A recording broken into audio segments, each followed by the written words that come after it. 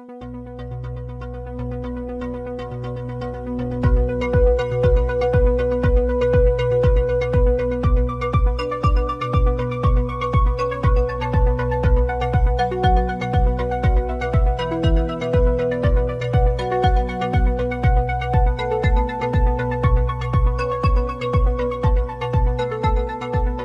arquitectura de las ideas y todo lo que está detrás.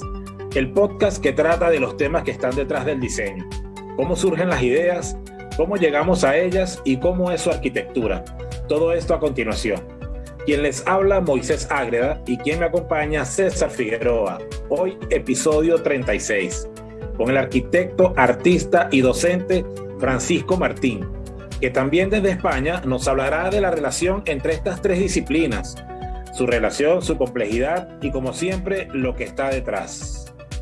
Francisco Martín, arquitecto, Universidad Central de Venezuela, magíster en diseño arquitectónico de la Escuela Carlos Raúl Villanueva, maestría en arquitectura paisajística de North Carolina State University, curso de Fundación Wimbledon School of Art de Londres, talleres y seminarios de experimentación y crítica de la obra gráfica, práctica privada, Martín Domínguez Arquitectura, miembro del taller de artistas gráficos asociados Luisa Palacios, profesor agregado de la Cátedra de Diseño Arquitectónico de la Escuela de Arquitectura Carlos Raúl Villanueva, como coordinador del taller X entre el año 2010 y 2012, Centro de Estudios de Espacio Arquitectónico y Laboratorio Espacial de la FAU, área de seminarios de investigación de la Maestría de Diseño de Arquitectónico, miembro de comités académicos, Instituto de Desarrollo Experimental de la Construcción, maestría en diseño arquitectónico, profesor invitado a la Universidad Internacional de la Florida, Universidad Católica de Chile, profesor tutor de talleres de diseño de la Escuela de la Universidad del Estado de Carolina del Norte y representante de la Facultad de Arquitectura y Urbanismo ante la Subcomisión de Recursos Humanos del CSH de la UCB, árbitro en publicaciones especializadas.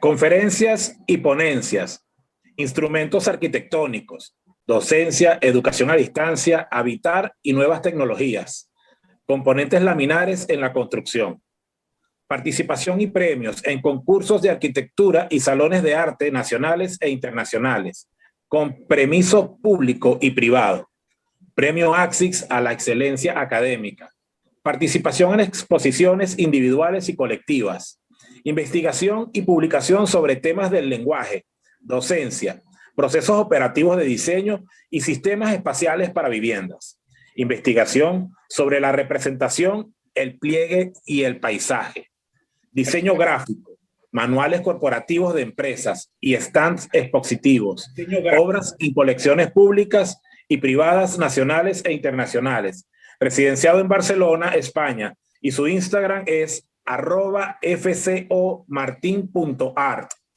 Bienvenido, Martín. Bienvenido, Francisco. Gracias. Les recordamos que pueden encontrarnos en Apple Podcasts, Spotify Podcasts, Spreaker, Deezer y nuestro canal de YouTube. Dejen su comentario, den like y más allá de la preferencia de que el podcast se pueda oír en cualquiera de estas plataformas, si lo escuchas en Spreaker nos ayudas porque ya estamos monetizando. Hoy con un apoyo especial del arquitecto Melissa Parra y con un invitado especial del arquitecto Francisco. Francisco, bienvenido. Hola, gracias por la invitación. Bienvenido, Francisco. Gracias. Quisiera que nos comentes cómo entiendes la relación entre el arte, la arquitectura y la docencia. Tres disciplinas que has practicado y de las que hemos podido conocer a través de exposiciones de arte. En la docencia, pues en tu recorrido y reconocido paso por el taller X, que da cuenta de un currículum envidiable en nuestra profesión. El currículum envidiable es por suerte, no porque realmente haya sido, y no creo que sea envidiable, o sea, me hubiera gustado poder construir muchísimo más, pero nada. Los tres ámbitos en los que yo me manejo que son más, porque también yo incluiría el diseño, o sea, yo sacaría el diseño de la parte arquitectónica, a pesar de que hay mucho de diseño en la parte de arquitectura.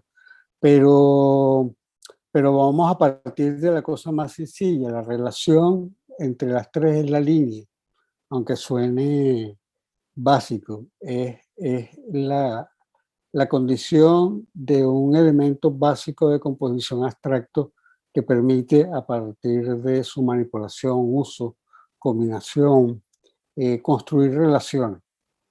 En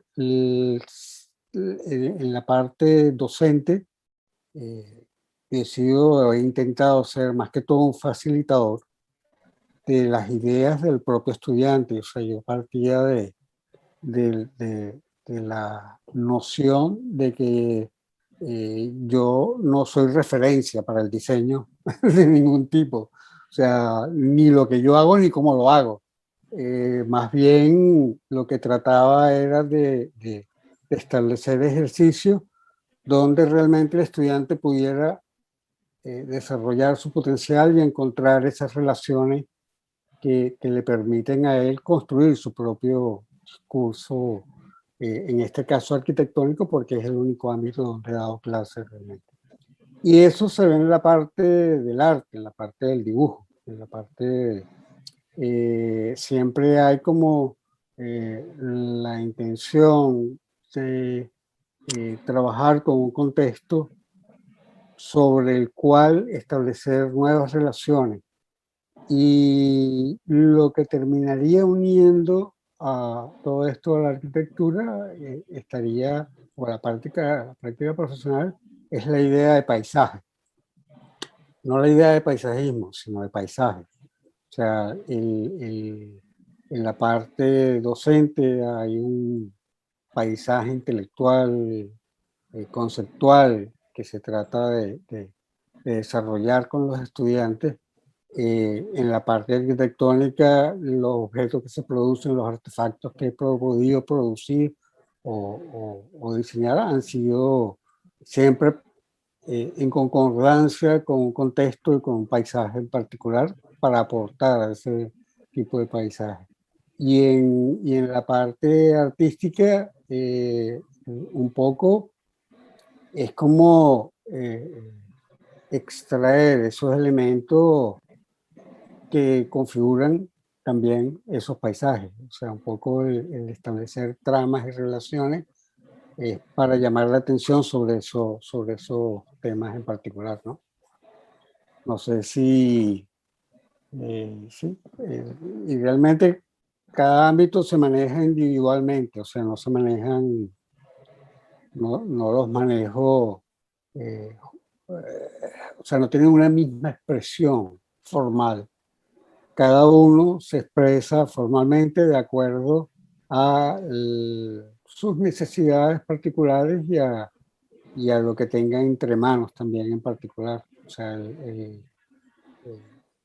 la docencia no es el mismo ejercicio todo el tiempo, dependiendo de las necesidades del programa, el nivel, el estudiante, sus requerimientos, las deficiencias que haya tenido a lo largo de su formación. Yo diseñaba esos ejercicios en específico para eso.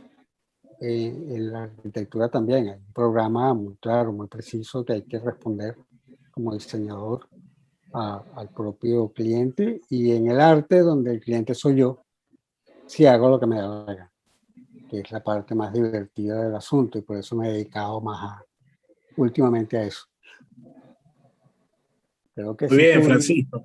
Ah, Francisco, ¿y qué tanto se entrelazan al arte y la arquitectura en tu obra artística? ¿Cómo se afectan ellas dos? mira, a ver, yo con el tema del arte, desde que tengo memoria, yo he estado haciendo cosas, ¿no? O sea, hay cuadros de óleo en mi casa desde que tenía 9 años, una cosa así. Y dibujos y cosas de esas desde que tenía 7, que afortunadamente se conservaron en el tiempo.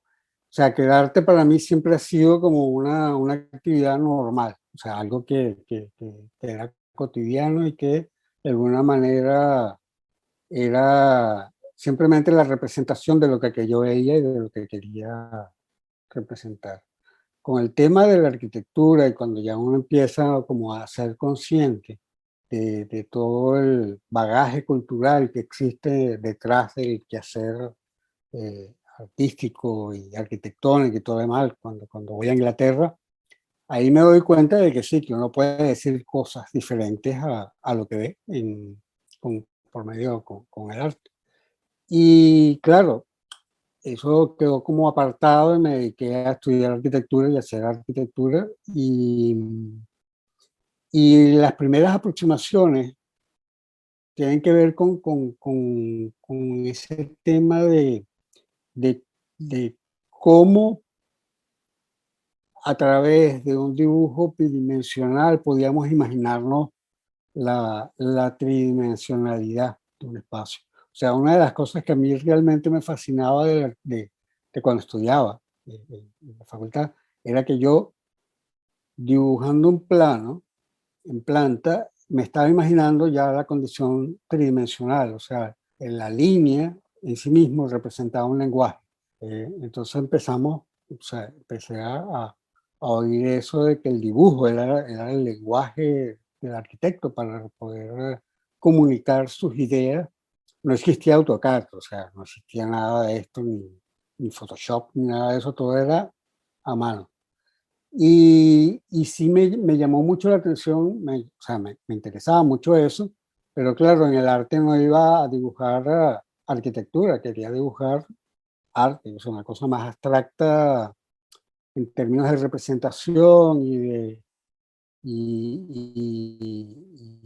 visualidad y de exploración. Y ahí se abrió, con los talleres de grabado, se abrió un universo inmenso en relación al tema de la exploración.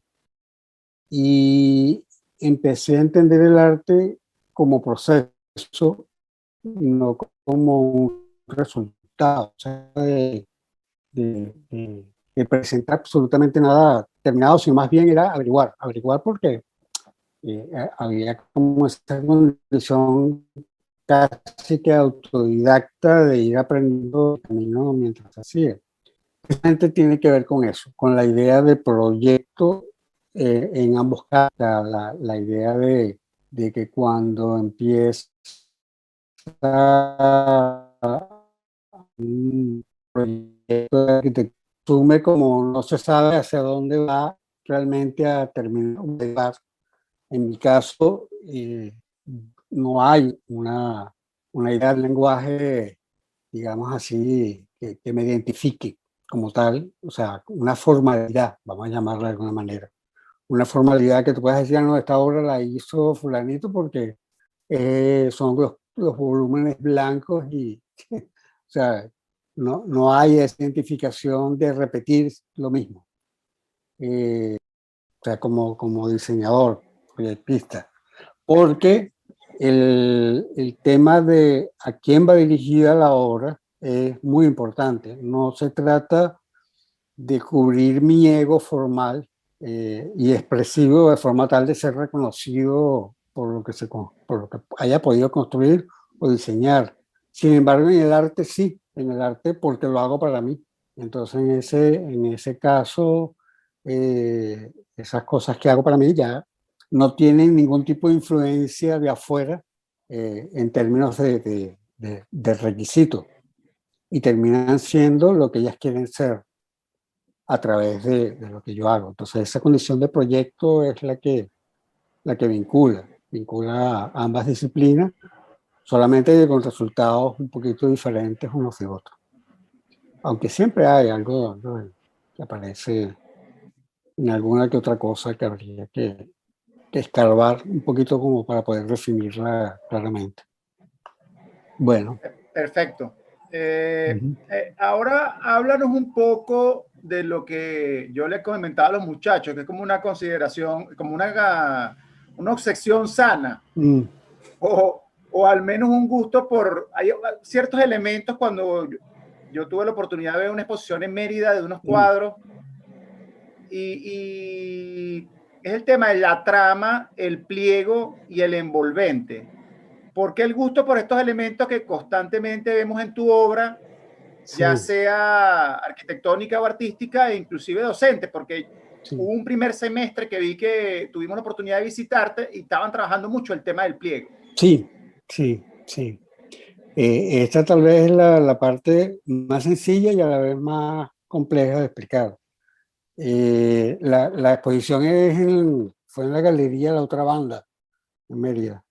De eso ya hace unos cuantos añitos. Sí, sí, Y hace estaban como... los grandes formatos, que es otra cosa totalmente ilógica y absurda de mi parte, Sí, porque eso nadie lo puede conservar de manera sana, pero me importa un pepino. O sea, sí, yo pero es hago mi impresionante. trabajo y listo. Mira, a ver, la trama nace y volvemos otra vez al elemento más básico que yo utilizo para la composición. Además, fíjate en algo que espero o sea, que yo esperaba que saltara a la vista, que son los materiales que yo utilizo. O sea, yo utilizo lo más básico que existe en términos de representación en el arte, el carboncillo. Y utilizo papel porque no puedo rayar las paredes, porque me reclaman. Pero, o sea, podría rayar en cualquier parte si me dejan. Entonces, claro, con la línea, que es la primera expresión abstracta que yo creo que nos hace humanos, porque nos hace conscientes de esa capacidad que tenemos de abstraernos de un contexto natural y tomar la decisión de hacer una marca y decir, este es un límite, y a partir de aquí yo compongo, arreglo, organizo, ordeno, relaciono, vinculo, conecto, o sea, son siempre operaciones que están ligadas al tema del dibujo, pero que buscan esa idea de construcción de paisajes, porque a fin de cuentas lo que hacemos como humanos es construir paisajes. Hoy en día todo es paisaje. Eso no lo averigüé en Carolina del Norte, en la universidad, estudiando paisajismo, porque allá la cosa era como más pragmática. Yo iba con otra idea, pero al final, bueno, uno termina moviéndose por sus propios ámbitos conceptuales. Y el tema de que todo es paisaje, inclusive los espacios interiores que habitamos, me parece fantástico como idea final a desarrollar. O sea, la producción artística en general del mundo lo que ha hecho es construir un paisaje cultural en Occidente, en Oriente, a nivel universal, a nivel, no sé, personal, de lo que quieran llamar. Entonces, claro, a partir de esa línea, las operaciones que permiten construir todo esto son las que me llevan a forzar la línea a todas sus dimensiones, o sea, a llevarla a la trama, a llevarla a la relación tridimensional en el espacio y, por supuesto, ahí aparece el tema del pliegue como primera voluntad, que también es una línea, o sea, es una línea que se materializa, pero a la vez también es una línea que hace que cambie una superficie de dirección y aparezca el espacio, que habitemos esos espacios, y eso es muy bonito, o sea, como parte de un lenguaje tan básico y tan elemental, pero que a la vez puede enriquecer tanto a lo que se observa. En la docencia, cuando hicimos ese ejercicio creo que lo hice con un profesor de Barquisimeto, ¿cómo se llama? Sí, estaba Me con llama Javier tanto, sí, Mogollón. sí. Ese como yo, Javier, fantástico personaje, creo que está por aquí por Valencia. En Valencia. Sí, el tema del pliegue, lo que estamos tratando era precisamente hacer eso mismo, o sea, tienes un papel, pero con el papel, a partir de las operaciones que puedas realizar, puedes construir prácticamente universos habitables que quieras, cualquier tipo de forma, puedes hacer arquitectura. Y un poco la idea era utilizar, en vez de el dibujo, utilizar el papel como ya superficie directamente para ir a eso. Pero siempre organizado en base a eso, en base a operaciones.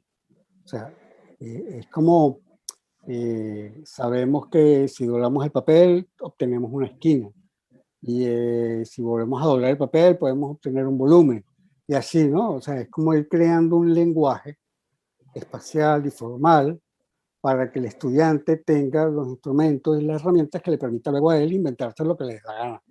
Ahí ya la parte conceptual es problema de cada quien. Pero lo que siempre me ha interesado, como docente en este caso, es la parte de las herramientas. O sea, el estudiante tiene que contar con herramientas que le permitan desarrollar su propia idea. O sea, yo siempre le decía, no me copies a mí porque yo soy muy malo. O sea, no, o sea, si yo fuese bueno, tal vez, pero cópiate, o sea, trabaja la parte de tus propias ideas y de tus propios conceptos, y eso lo que hacía era que tú veías como resultado grandes diferencias. Y también quitar un poco esa idea del ego al estudiante, del maestro y de la cosa, que no tenía ningún sentido, de lo que creaba era borregos que seguían tendencias, y se los demostrábamos al final cuando haciendo las mismas operaciones y construyendo las mismas frases con las palabras que se habían ido estudiando operativamente durante el desarrollo del ejercicio, aparecían resultados total y absolutamente diferentes.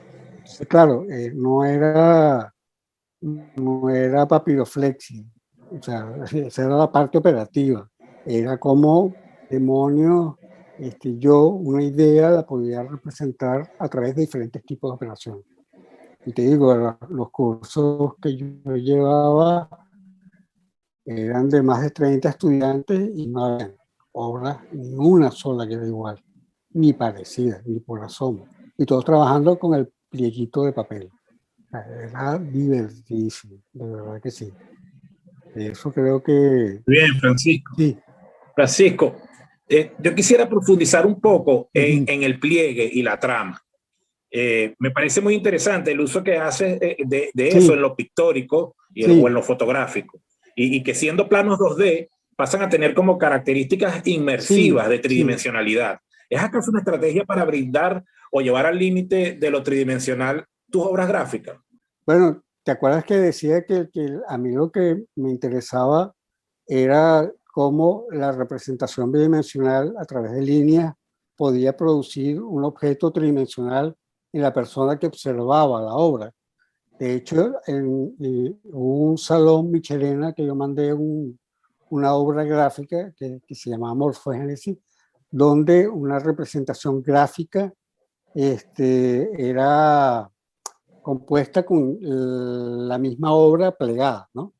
Como para que la gente hiciera algún tipo de asociación en relación al lenguaje bidimensional con el tridimensional, y entonces se pudiera imaginar, pero al final era como mucho trabajo para la gente, o sea, para que usarlo. Entonces, esa parte como que la medio aparte. Pero mira, el tema de la tridimensionalidad es porque, a ver, o sea, la parte espacial, en mi caso como arquitecto, es fundamental. O sea, yo o sea, creo que he tenido siempre, y de hecho así fue, me lo hicieron ver en Inglaterra, tengo más capacidad para representar el espacio tridimensional que para el bidimensional. Eso fue una cosa que a mí me sorprendió mucho, porque yo cuando fui a Inglaterra pensaba ser pintor, o sea, pensaba dedicarme a la pintura. Y los profesores vieron que tenía mucha habilidad para el tema del diseño y para visualizar espacialmente los espacios. Entonces, ellos insistieron mucho en que yo me dedicara al tema de diseño de interiores, diseño espacial y cosas de esas. Y que siempre iba a poder dedicar, o sea, trabajar en la pintura y todo lo demás. La parte tridimensional y el pliegue que aparece Aparece de muchas maneras. O sea, de manera, dependiendo de, otra vez, del objeto que se está trabajando o desarrollando como proyecto. O sea, yo hace un año más o menos me puse a libros, y los libros eran pegados contenidos que tenían el propio libro. O sea, yo iba leyendo, iba cortando, iba plegando, iba armando y destacando los elementos más importantes de cada cosa. Entonces al final tenías el libro totalmente desplegado, no lo tienes, porque por aquí tengo algunos, totalmente desplegado, y tenías una lectura realmente de los contenidos que están encerrados en una cosa que está totalmente cerrada y que solamente determinas para carátula. O sea, mis operaciones de despliegue es eso, es despliegue más que despliegue. O sea, es la misma cosa, es la misma operación, pero mi intención siempre cuando trabajo el tema del pliegue es desplegar, no plegar. O sea, ya para plegado yo, ya para plegado el mundo, ya para plegado el conocimiento. Entonces lo que yo trato de hacer no es plegar, sino desplegar. Entonces, por ejemplo, en la parte fotográfica que tú llamas, que son todas esas geografías humanas, que Melissa tiene un cuadrito por ahí detrás, el tema de llevar eso tridimensionalmente fue como una manera de decir, mira, gráficamente, en dos dimensiones, eso representa un paisaje, pero ese paisaje realmente lo que representa es un espacio que no está en la fotografía. La fotografía se vuelve una textura, se vuelve una, sí, una textura visual, que es color, es imagen, es composición, pero el espacio que se habita y que habitan las personas que han construido ese espacio no aparece representado en ninguna parte. Entonces, mi idea de desplegarlo era como para decir, mira, o sea, esto no es la imagen, es el espacio que se produce con esto, y esas personas son las que lo producen. Pero, o sea, yo no veo esa, yo cuando voy por Caracas o por Venezuela, yo no veía los barrios planos ni como composición bidimensional. Yo veía era la gente que habitaba ahí. Y en ese sentido, inclusive yo tengo una gráfica, una obra gráfica que sacó una mención en el Salón ACPA Panamericano, creo, que era una imagen del 23 de enero, de los edificios del 23 de enero, una atracción. Y yo lo que me dediqué fue a abrir las ventanas. O sea, no era el bloque del 23 de enero importante, era la gente que estaba adentro. Y esa capacidad de interrelacionarse con lo de afuera. Entonces la parte del pliegue es más bien de despliegue, o sea, es de tratar de sacar cosas afuera. Hace poco estuve trabajando con cuadros de Van Gogh. Y claro, un poco también los ejercicios de diseño que uno hacía con los estudiantes de descomponer y de recomponer y de ver cómo. Entonces, claro, por un lado los utilizaba y empezó a hablar y a plegar y a desplegar y todo, pero luego le das la vuelta a la obra y por detrás realmente empieza a entender qué es lo que está detrás de esa acción. O sea, que al final desplegar el cuadro, los cuadros de Van Gogh y ver los trazos, las líneas de composición, lo que lo conecta, y claro, hasta el color se ve como textura en los pliegues y en los cortes. O sea que realmente para mí el pliegue se ha convertido en una especie como de instrumento de lectura, además divertida, porque se ve lo que no se ve tan evidentemente, ¿no? Esa es la parte más sabrosa del asunto. Lo que no es evidente empieza a aparecer. Y bueno, por ahí vamos. Retomando el tema académico, ¿Cómo describirías tu proceso docente en la Facultad de Arquitectura de la UCB, específicamente en la unidad X? Recuerdo también la NASA, como la llamamos con mucho cariño, la MDA, donde compartimos, tú como profesor, yo como participante, y bueno, por supuesto, en las universidades extranjeras. ¿Cómo ha sido ese cambio? Sí, a ver, tampoco es que haya tenido mucha experiencia en las universidades extranjeras.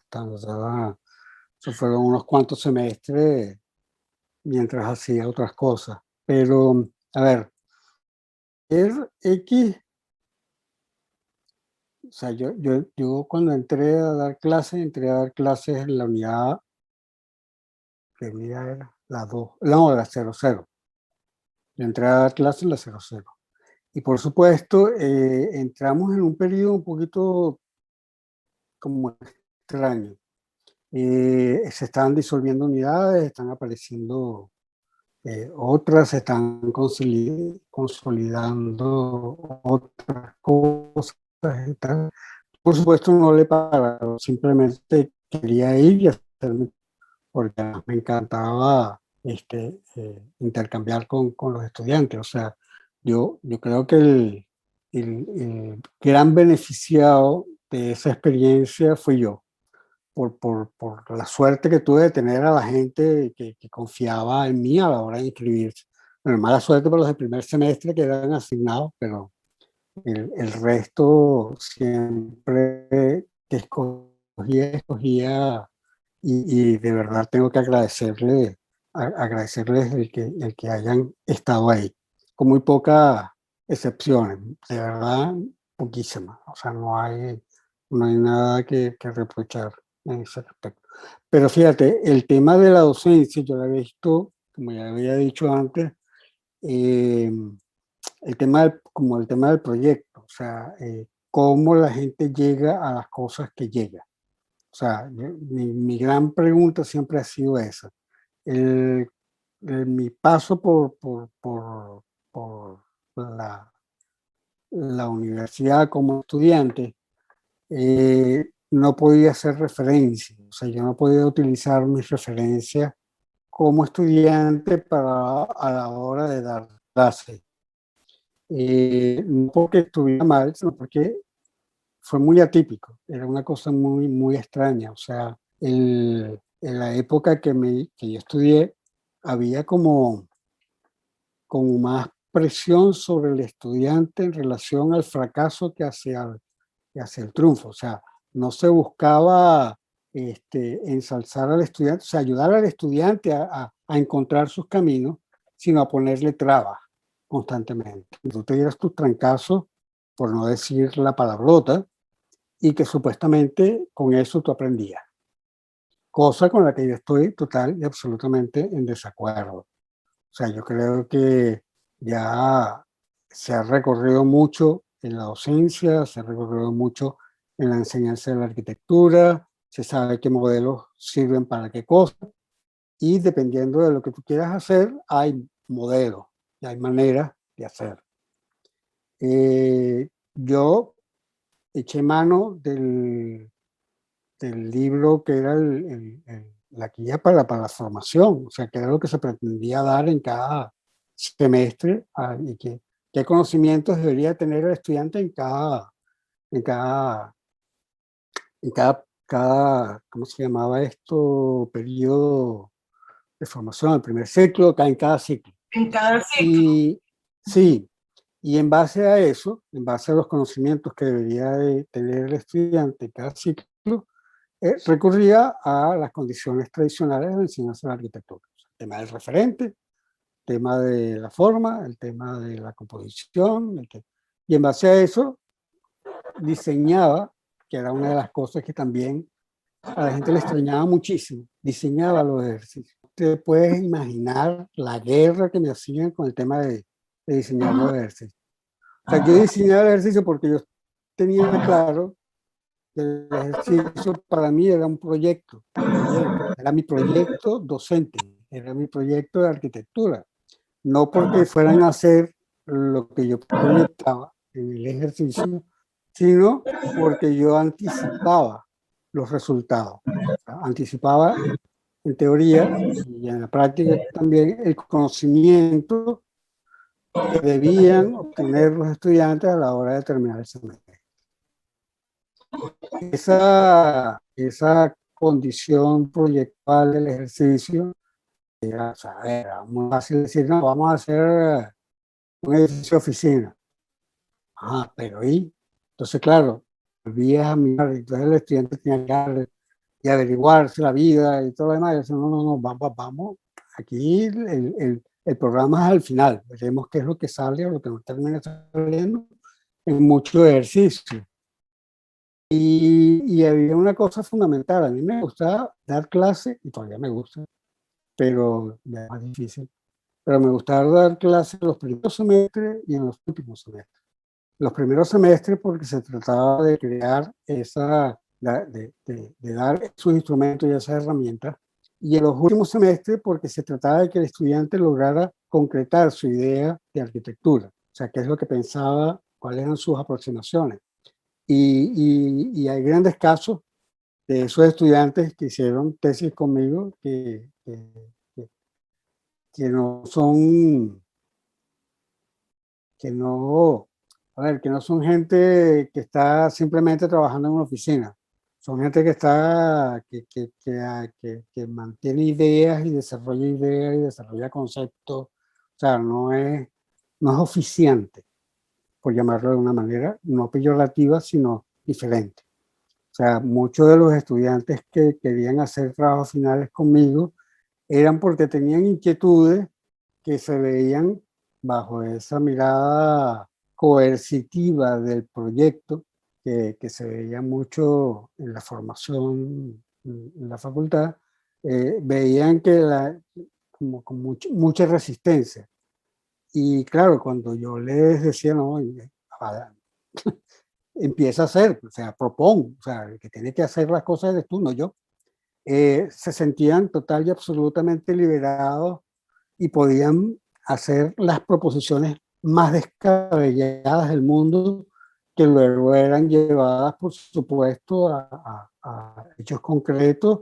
Y mira, yo de verdad esos fueron años felices, fue una gozada absoluta trabajar con ellos, que algunos de ustedes lo deben de conocer a nivel profesional y a nivel también académico, pues se dedican también, muchos de ellos se han dedicado a la docencia.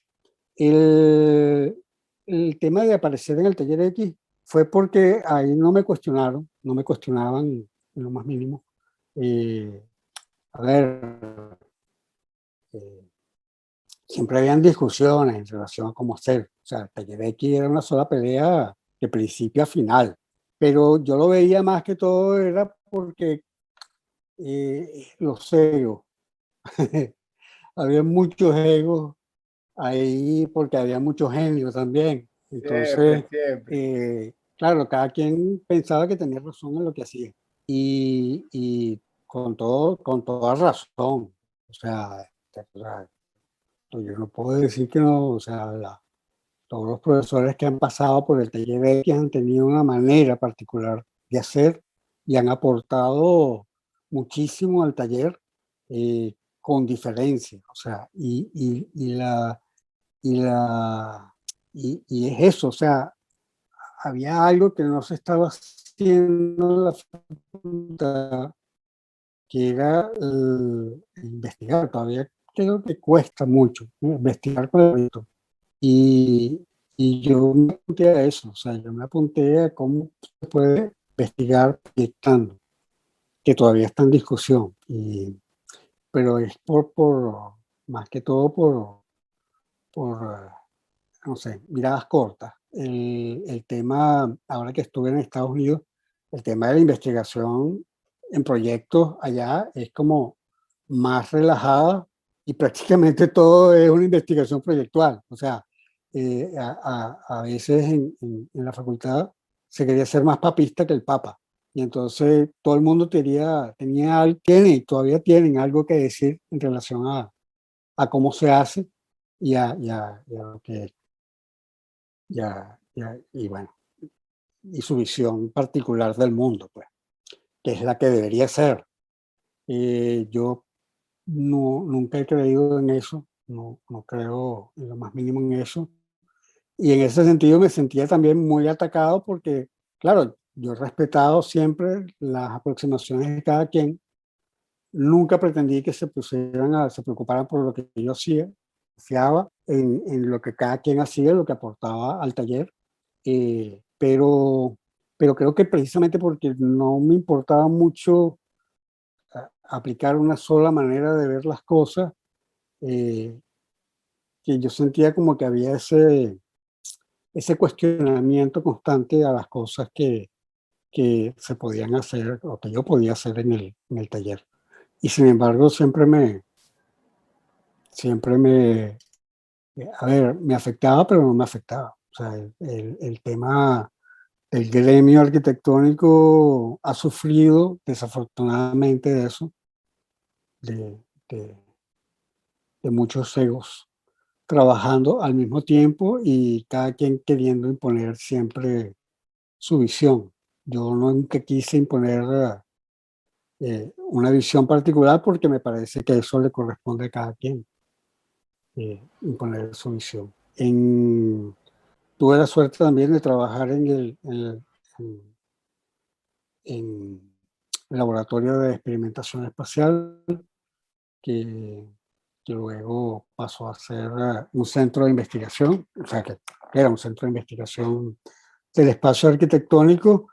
Y claro, ahí me metieron un poco para actualizar, y porque el profesor Abadí, que estimo muchísimo, estaba como de salida, y claro, sin cabeza eso podía desaparecer. Yo lo que intenté hacer en ese caso fue, más que dar clases, tratar de construir una idea del centro de investigaciones más adecuado a los tiempos que se vivían, más adecuado a las posibilidades de brindar oportunidad a investigar. De hecho,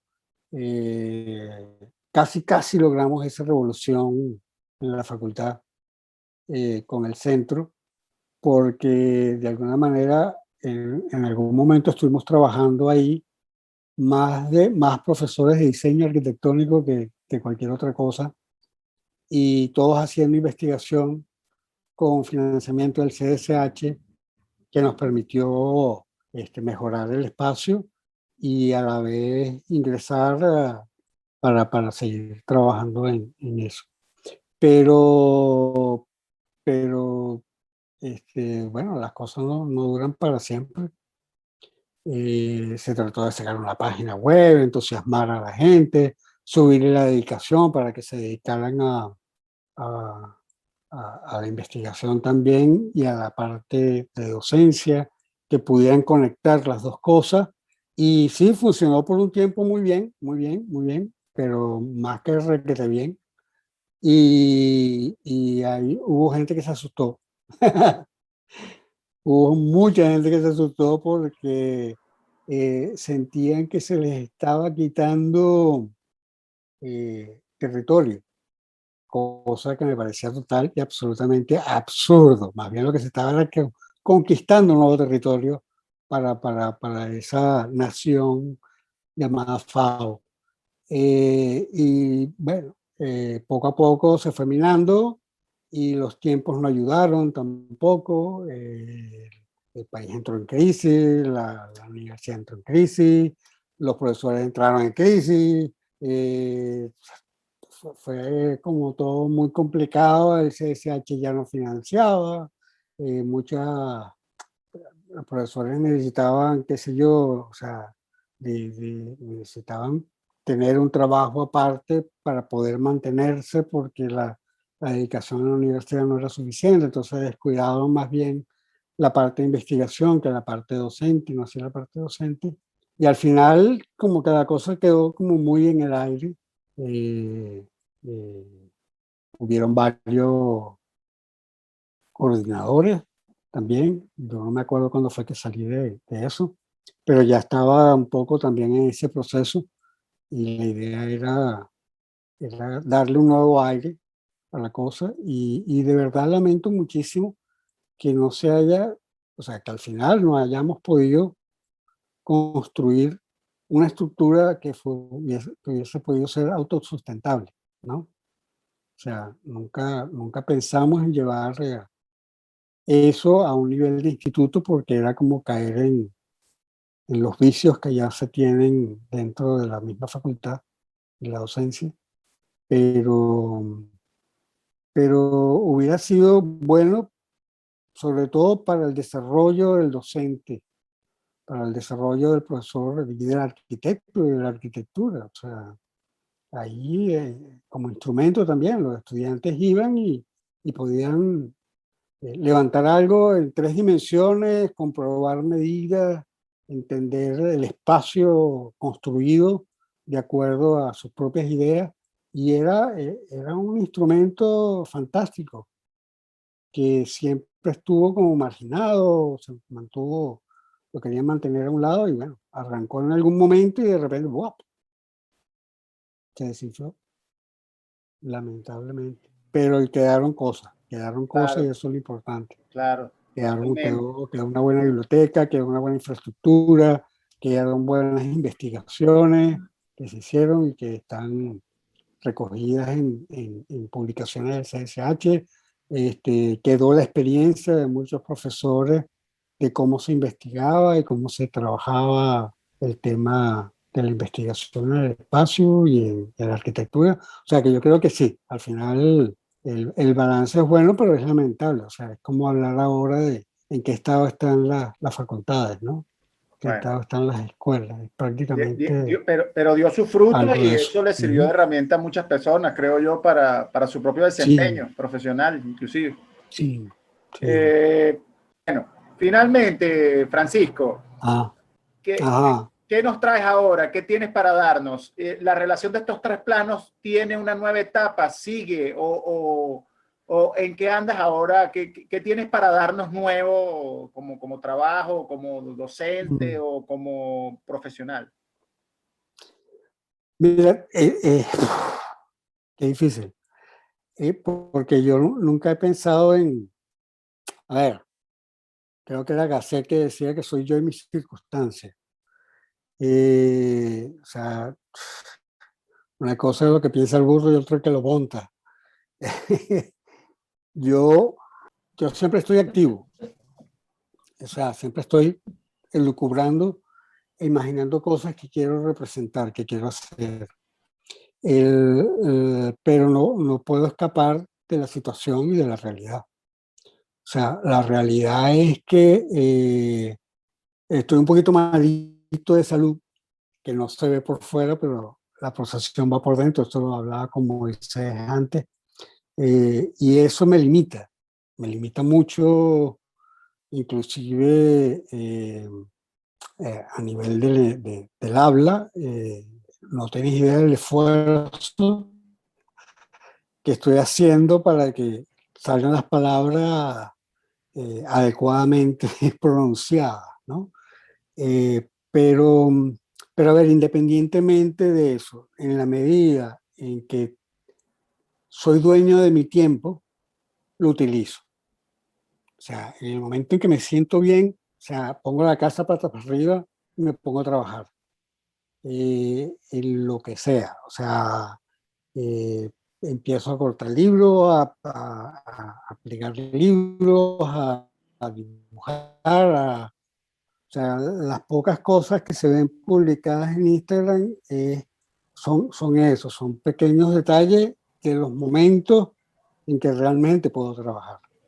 A nivel de docencia, muy difícil, estando tan lejos, a pesar de que, y lo voy a decir para cerrar ese clavo, el primer taller de diseño arquitectónico a nivel de distancia que se hizo utilizando medios digitales, lo hice yo en el taller X. Lo hice con un grupo de estudiantes fantásticos, estaba Sara Valente, Giovanna, Medina, toda esa gente, y se diseñó, se sometió a consejo de facultad y por supuesto el consejo de facultad dijo que no, eso no, educación a distancia, qué locura, el taller tiene que ser presencial y todo lo demás. Toma tu tomate, ahora están viendo como Carrizo hacen, ¿no? Pero independientemente de eso, es mucho tiempo que hay que dedicarle a un estudiante. O sea, para mí el tema docente era prácticamente tiempo completo. O sea, había una responsabilidad tan grande con estos muchachos que inclusive hasta con el que tenía problemas había más dedicación de que con el que no los tenía.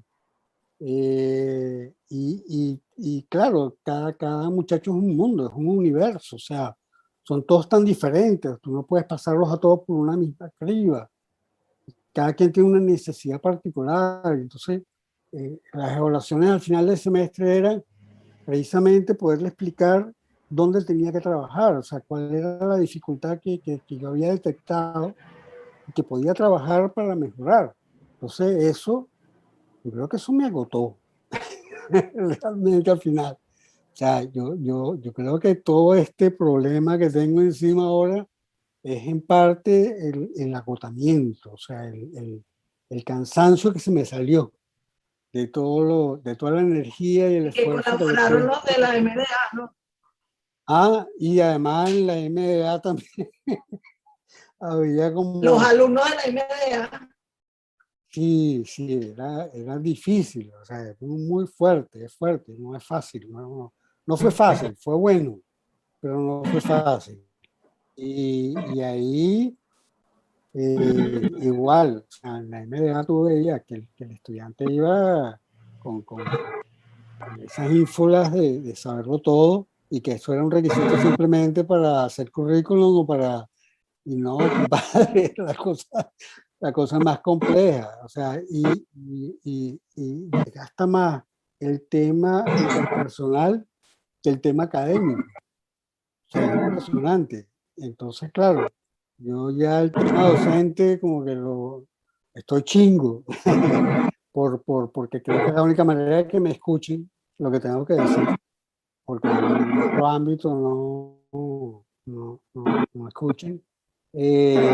Pero, pero no, ahí no creo que pueda hacer nada. En arquitectura, yo siempre he tenido la fantasía y el sueño de tener una casa diseñada por mí. Y lo que hago es diseñar mi casa. Cada vez que veo un terreno por ahí vacío, cuando camino, digo, oye, mira, aquí podría quedar bien mi casa. Y entonces llego y me pongo a dibujar y a diseñar mi casa. Tengo como 500 casas ya diseñadas, todas por supuesto con su taller para trabajar el arte, para cuando vengan los nietos, si es que vienen en algún momento, para mover. Es una gozada y yo, eso sí, el diseño lo disfruto en ese sentido, imaginando, por supuesto, proyectando lo que puede ser, no lo que va a ser. Y, y, veo muy difícil trabajar en una oficina de arquitectura acá, porque primero ya la edad no, aquí prefieren tener,